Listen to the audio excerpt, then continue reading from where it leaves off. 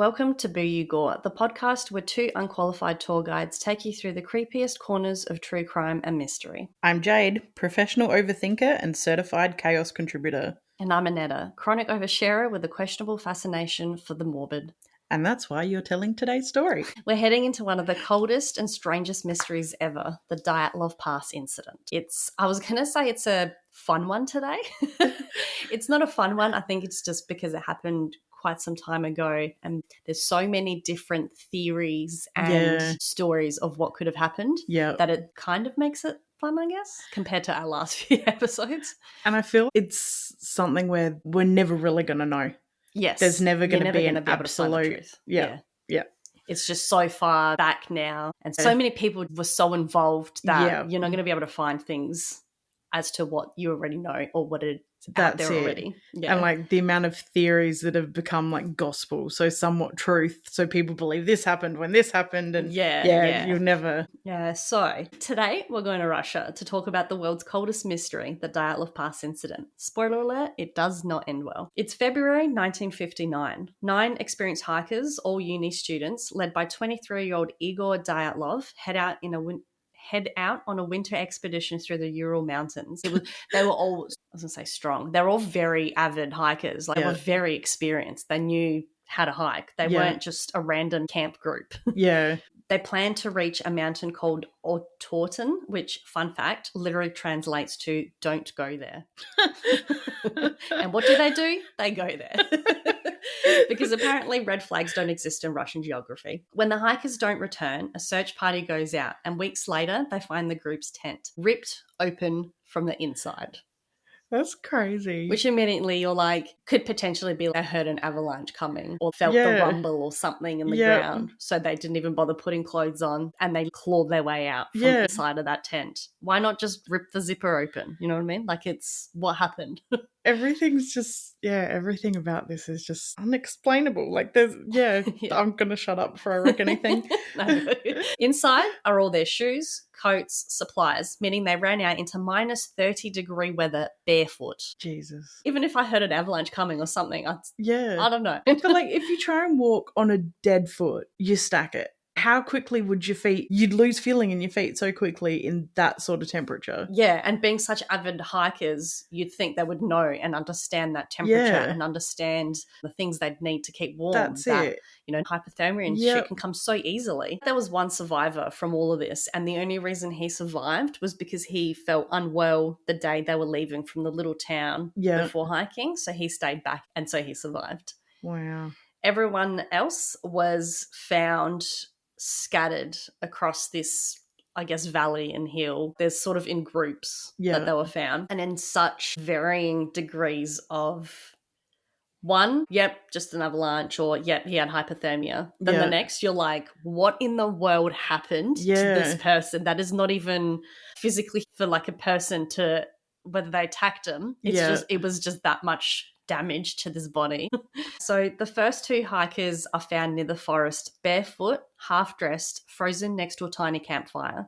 3 more are found between the forest and the tent. They were crawling back to the campsite. Wow. Then, months later, they find the remaining 4 buried under snow wearing scraps of the others' clothes. They obviously did a search, but then because of the weather, they had to wait for a lot of the snow to melt or get lower to try and find the bodies. Yeah.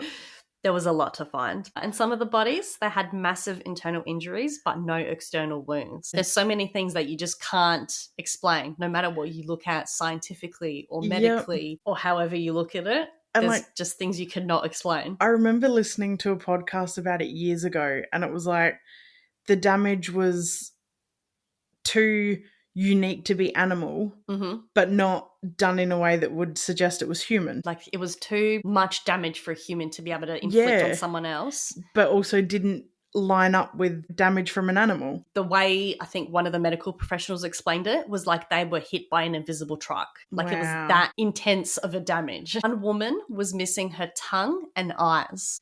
Yeah, it's just odd. Too specific of things, whether it was an animal or Bigfoot or whatever they're saying. That's just such specific of a thing. You would think if it was an animal, like I know when we die, tongue protrudes. Mm-hmm. So say she'd frozen to death and her tongue protruded. Even if an animal had eaten that off, there would be nips and cuts on her face and things like that, like where the animals tried to grab her tongue. Yeah, the tongue was supposedly ripped out. It was ripped out from the root. Yeah. Or whatever you call it.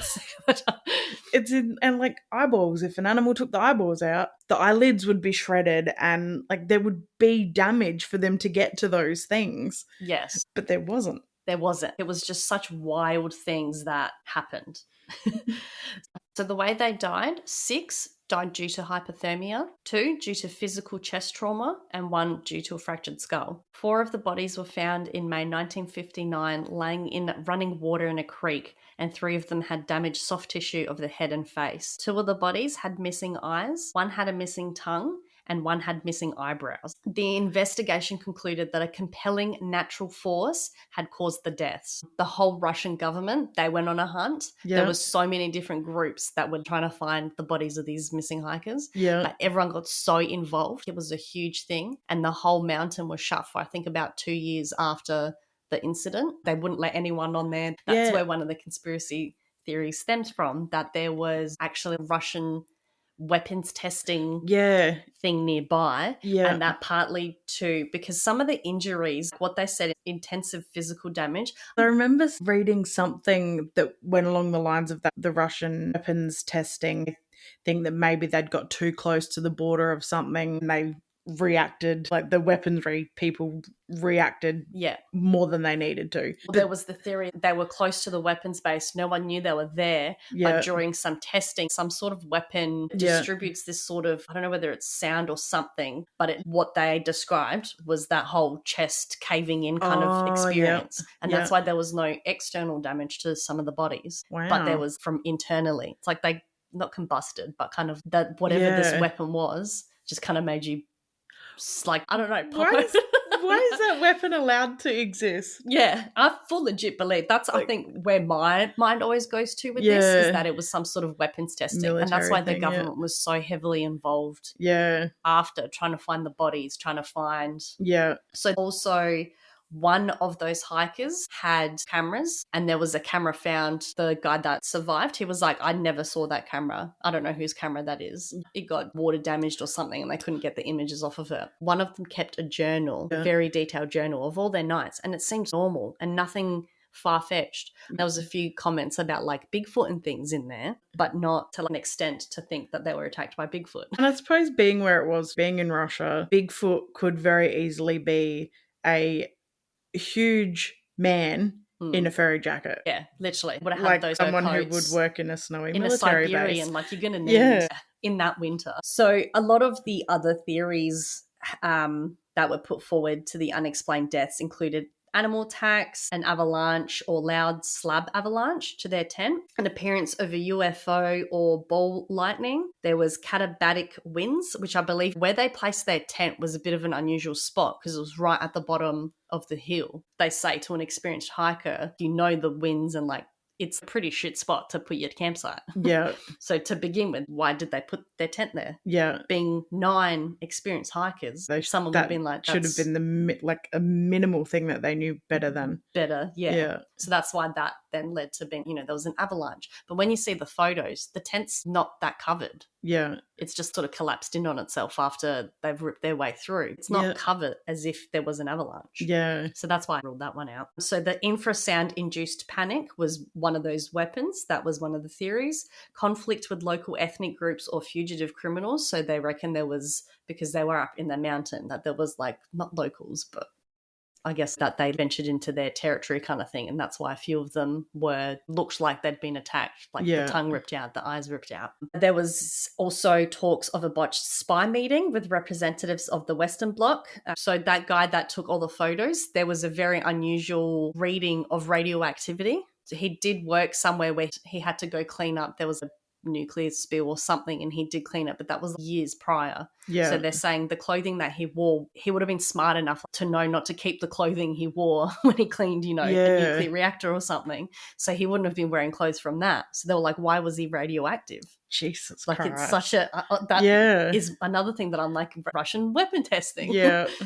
Immediately to that. Nuclear testing involvement or a combination of all these factors. So Russia reopened an investigation into the incident in 2019, concluding in 2020 that an avalanche had most likely forced survivors to suddenly leave their camp in low visibility conditions with inadequate clothing before ultimately dying of hypothermia. So they've just ruled it as an avalanche after reopening that case. A study led by scientists from EPFL and ETH Zurich, published in 2021, suggested that a type of avalanche known as a slab avalanche could explain some of the injuries. So a slab avalanche is formed frequently in snow that has been deposited or deposited by wind. They have a characteristic appearance of a block of snow cut out from its surroundings by fractures. Elements of slab avalanches include a crown fracture at the top of the start zone, flank fractures on the sides of the start zones, and a fracture at the bottom called a Storchwell. None of that makes sense to me. So basically like just a huge chunk of snow, but not as big as an avalanche, which might explain that the tent wasn't necessarily covered, I guess. Yeah. But to me, I still look at that and I'm like, how does an avalanche cause someone to have their tongue ripped out and their eyes missing? Yeah. An animal wouldn't pick such tiny things. You'd think an animal would pick big chunks of meat. Yeah. If it was an animal, anyway. A mountain pass in the area later was named Dyatlov Pass in memory of the group, despite the incident occurring about 1,700 meters away on the eastern slope of Kholat Syakhl. Oh my God. So they didn't even name the right spot after them. And they chose to name it Dyatlov Pass. He was the guy leading them in. He led them to destruction. Literally. Igor Dyatlov was a 23-year-old radio engineering student, and he was like the leader of the group. So I think that's why they, I guess, chose his surname for it. The initial group consisted of 8 men and 2 women, but one member later returned because of health issues, which was the one I mentioned. Yeah. Each member of the group was an experienced grade 2 hiker with ski tour experience and would be receiving grade 3 certification upon their return, which is a pretty high, not distinction. They were really experienced hikers. So the route was designed by Dyatlov's group to reach the far north regions of the Sverdlovsk Oblast and the upper streams of the Lozva River. Sverdlovsk City Route Commission approved the route, and this was a division of the Sverdlovsk Committee of Physical Culture and Sport, and they confirmed the group of 10 people January 8th, 1959. So you kind of need a permission to go there as well, which is weird. I guess that could be one thing that crosses off that government and Russian testing thing. Because you think if there was something nearby, why would you let they would have said, like, you can't go through this area. Or the region's just too snowy and too avalanche prone or something to deter people from going there. But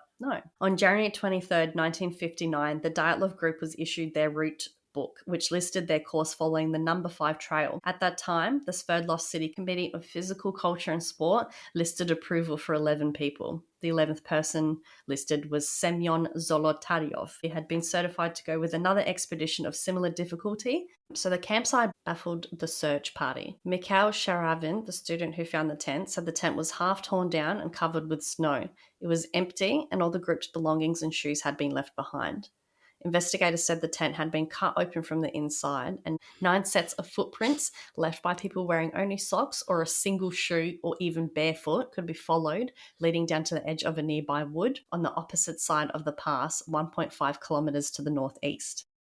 After 500 metres, these tracks were covered with snow. At the forest's edge, under a large Siberian pine, the searchers found the visible remains of a small fire. There were the first 2 bodies, those of Krivonishenko and Doroshenko, shoeless and dressed only in underwear. The branches on the tree were broken up to 5 meters high, suggesting that one of the hikers had climbed up to look for something, perhaps the camp, or kind of like were trying to scramble up the tree. That's what it looked like, to get away from something. Between the pine and the camp, the searchers found 3 more corpses: Dyatlov, Kolmogorova, and Slobodin, who died in poses suggesting they were attempting to return to the tent.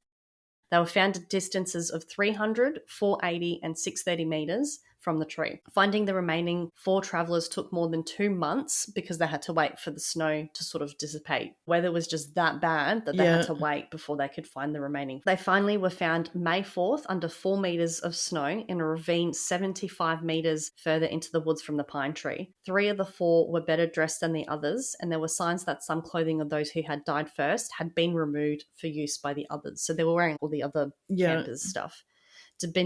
Dubinina was wearing Krivonishenko's burned, torn trousers, and her left foot and shin were wrapped in a torn jacket. So this group that was in that ravine is where they had the most damage. They had a campsite as well with a fire, so they had time to do these things. They weren't in a panic, and they even apparently dug down, which is a good technique to sort of keep wind away and keep things away, which is pretty interesting to read. So a legal inquest started immediately after the first 5 bodies were found. A medical examination found no injuries that might have led to their deaths, and it was concluded that they had all died of hypothermia. Slobodin had a small crack in his skull, but it was not thought to be a fatal wound, so they were putting that down to whether he tripped and fell, hit his head on a rock, or something after the fact. An examination of the 4 bodies found in May shifted the narrative of the incident. 3 of the hikers had fatal injuries. The Beau Brignoles had major skull damage, and Dubinina and Zolotaryov had major chest fractures. According to Boris, I'm not going to try and say that, Vozrozdeny. Fuck me. According to Boris, the force required to cause such damage would have been extremely high, comparable to that of a car crash. Notably, the bodies had no external wounds associated with the bone fractures, as if they had been subjected to a high level of pressure. All 4 bodies found at the bottom of the creek in a running stream of water had soft tissue damage to their head and face. For example, Dubinina was missing her tongue, eyes, part of the lips, as well as facial tissue and a fragment of skull bone, while Zolotaryov had his eyeballs missing and Alexander Kolevatov his eyebrows. Now, you can actually see all these photos online. Yeah. It's just up there. But I think because they're in such frozen states, it's not as gross to look at, maybe. Yeah. I don't know. It doesn't look as traumatic. Maybe I'm just desensitized. The forensic expert performing the post-mortem examination judged that these injuries happened post-mortem because of the location of the bodies in a stream. Initial speculation suggested that the indigenous Mansi people, reindeer herders in the area, had attacked and killed the group for encroaching upon their lands, which was sort of why they were like the whole tongue being ripped out and the eyes being ripped out, because it's like you saw our place. And now you can't tell anyone because they ripped your tongue out. So that was a theory of that as to why that happened. But I believe I'd actually read somewhere that they'd actually come down and helped search for the bodies and helped with the land. You would think like if they were deer farmers, they would be protecting the deer from like bears and wolves and things like that. They'd focus on that. You would think they would have guns. And if they were going to do anything, they would just shoot them. I think they were more like native type. Oh, yeah. Yeah.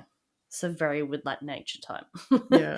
Right here. Several Mansi were interrogated, but the investigation indicated that the nature of the deaths did not support this hypothesis. Only the hikers' footprints were visible and they showed no sign of hand-to-hand struggle. So there's so many theories that come into place because of certain evidence, but then they're very quickly debunked or there's some sort of reasoning behind it.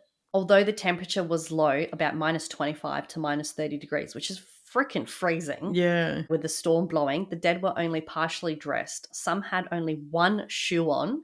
Wow. Not 2, just 1, while others wore only socks. And like whatever it was, it had to have been bloody quick, because why would they not dress? Like you would think if you're staying out there, you would be sleeping in thermals and pants and 2 pairs of socks and jackets, and because it would be freezing. I'm like that's what it stems down to, is like what made them get out of that tent in such a hurry to miss these things, to not be dressed and to tear the tent open. And and like a lot of it I think of when you watch horror movies and all these wild things happen and then they sort of like kill the demon or kill whatever the bad spirit is and then cops come or it's the end of the movie. And I'm like, what happens after? Like, how do you explain what's happened? Yeah. Or like, this person died because, you know, this ghost did this. And then you're like, how do you explain that and prove that it wasn't you? And like lots of these things has something wild and like not spiritual, paranormal happened. And that's what scared them out of there. But then trying to explain it, all these things and how they died. How do you say, oh yeah, it was the demon of the mountains? You can't explain that.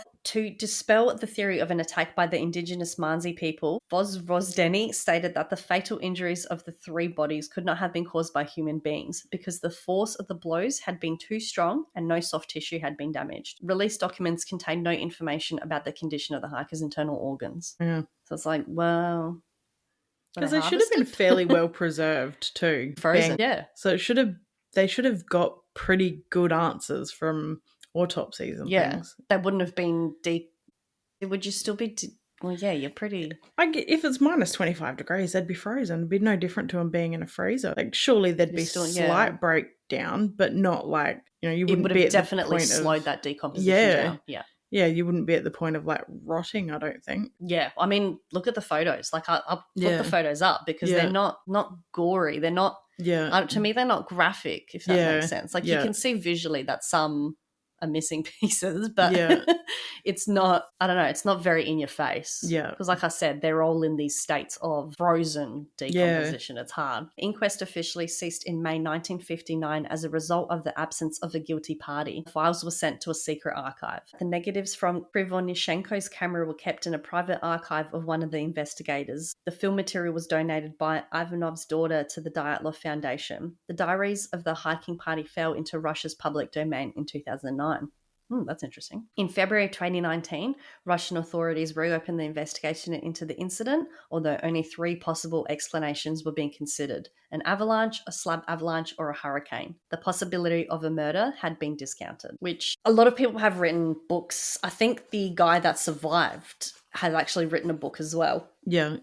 And there's like I guess horror movie. There's movies about it where there's people that go hiking and there's this government base and they're doing these testings and there's a portal.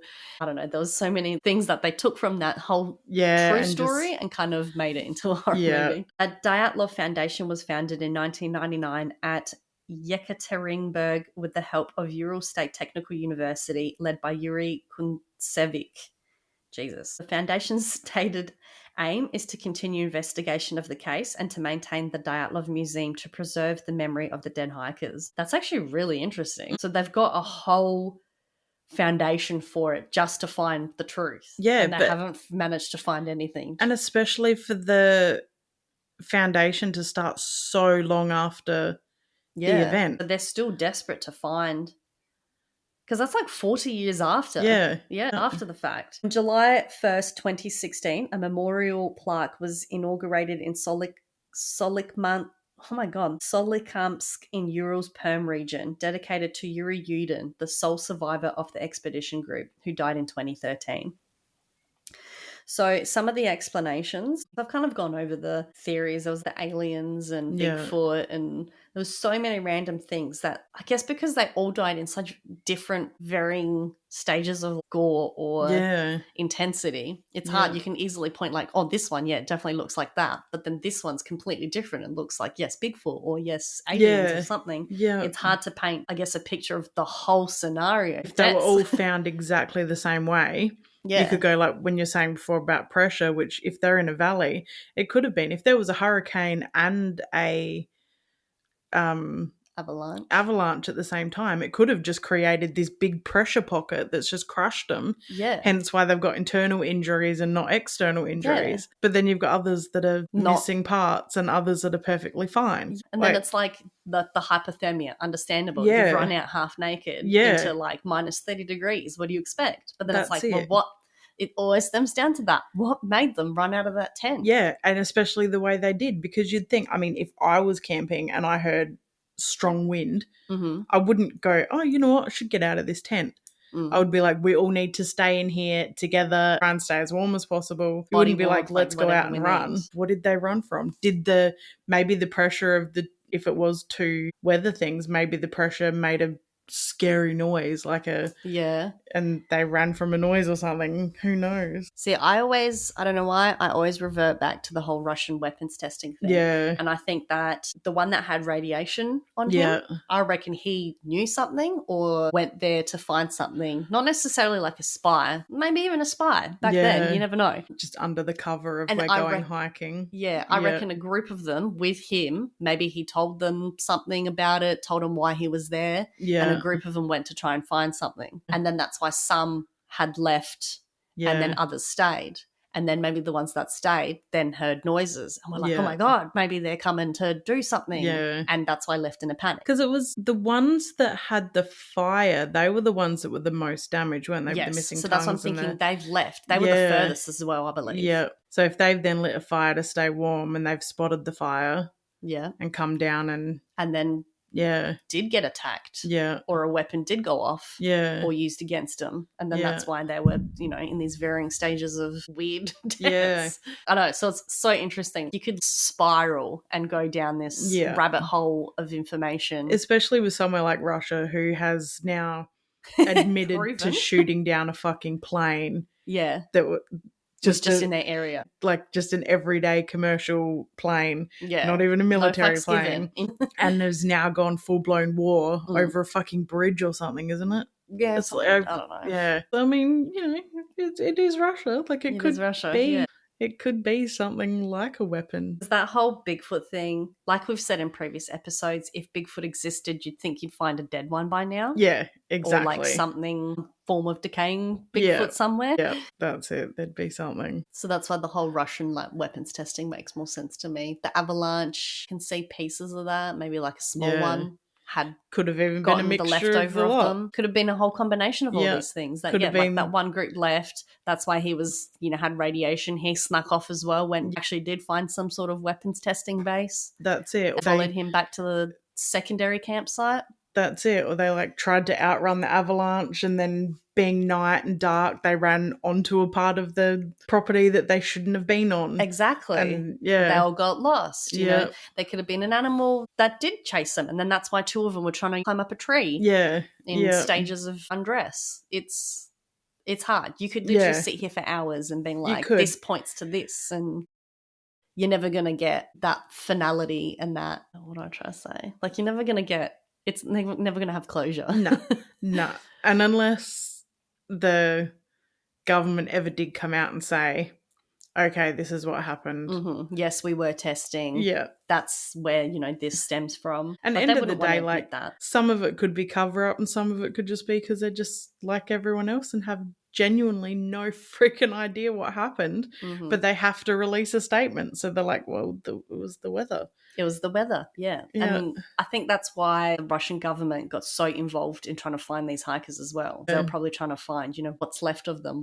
Yeah. Is it going to point to us? Try and cover our tracks, sort of thing, while they're looking. And this was 1959, so we're talking not long after the end of the Second World War. Yeah, maybe there was testing on humans for things. And Russia could have been like, oh shit, we need to cover this so they don't think that we're doing something wrong. Because everyone would have been big on, probably after the war and stuff, everyone would have been big on trying to, I'll say penalise, Well, they would want it, if something was going to kick off, they'd want to stop it before it became a problem. Yes. Like they'd be quick to jump onto things to stop them before they got too crazy, like the whole Holocaust. Jesus. I feel like I fucked that one up and jumped and did a whole bunch of things. Started off cash and then went into full Wikipedia mode. I mean, there's no neat bow to tie this one off. I'd love to know people's theories though. What people think, what they think caused all these different deaths. Yeah, because there would be people out there that have dedicated their whole life like this to foundation. researching this. So. It'd be interesting to know what they have found, whether they've found anything further to what's sort of out there and online for like normal people to find, whether they've found anything deeper, whether they've spiraled. And who knows, they could be with this whole global warming thing. What is currently snow might not be snow in 10 years' time, and they might find more evidence. That's true. Because that is such a place that's always quite heavy with snow. Like it's Siberia, for God's sake. Yeah. It's always freaking cold. Right. Well, definitely tell us what your theories are of the Dyatlov Pass, whether you've heard it, whether you've got more incriminating details that I did not mention. Share it with your fellow indoor people. Don't leave the house because it sucks. And remember, if a mountain's name literally means don't go there, maybe don't. Yeah. Maybe someone just walked along and was like, you were told not to come here. We warned you. Right, you've been listening to Boo You Gore, where we'll go to the ends of the earth for a good story, but not on foot and definitely not in the snow. Stay warm, stay weird, and we'll see you on the next one. Yes. Bye. Bye.